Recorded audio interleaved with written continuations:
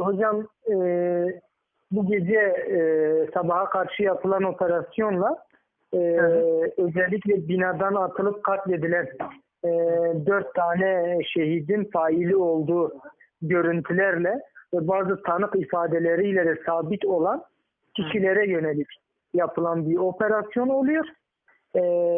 Bunlar önceden teşhis edilmiş ve görüntülerle de tespit edilmiş kişiler. Evet. Fakat dün gece itibariyle ikametgahlarında bulunmayan 5 kişi alınamıyor. Onlarla alakalı da çalışma yaptıkları söylenildi. Evet. Fakat diğerleri alındı. Bunların içerisinde ev sahibi var. Öldürüldükleri evin sahibi. Evet. Kapıyı açıp öldürmeye sebep olan. Ondan sonra iple yukarıdan inip yaralama ve öldürmeye sebep olup şahıs da bildiğim kadarıyla var. Evet. Yani alınanlar bizzat olayın failleri gibi gözüküyor. Evet.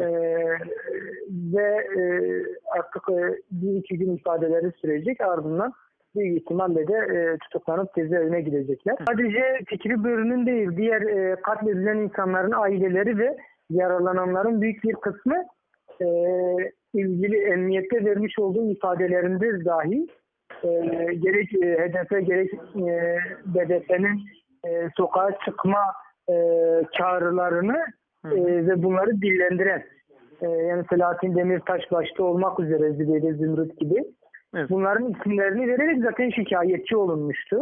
Evet. Şimdi sadece öldürenlere yönelik bir operasyon. Biz umuyoruz ki bundan sonraki aşamada azmettiren, yönlendirenlere yönelik de olur. Velev ki milletvekili olsalar dahi. Evet. Çünkü onların çağrısı üzerine bu ölümler gerçekleştirildi. Evet.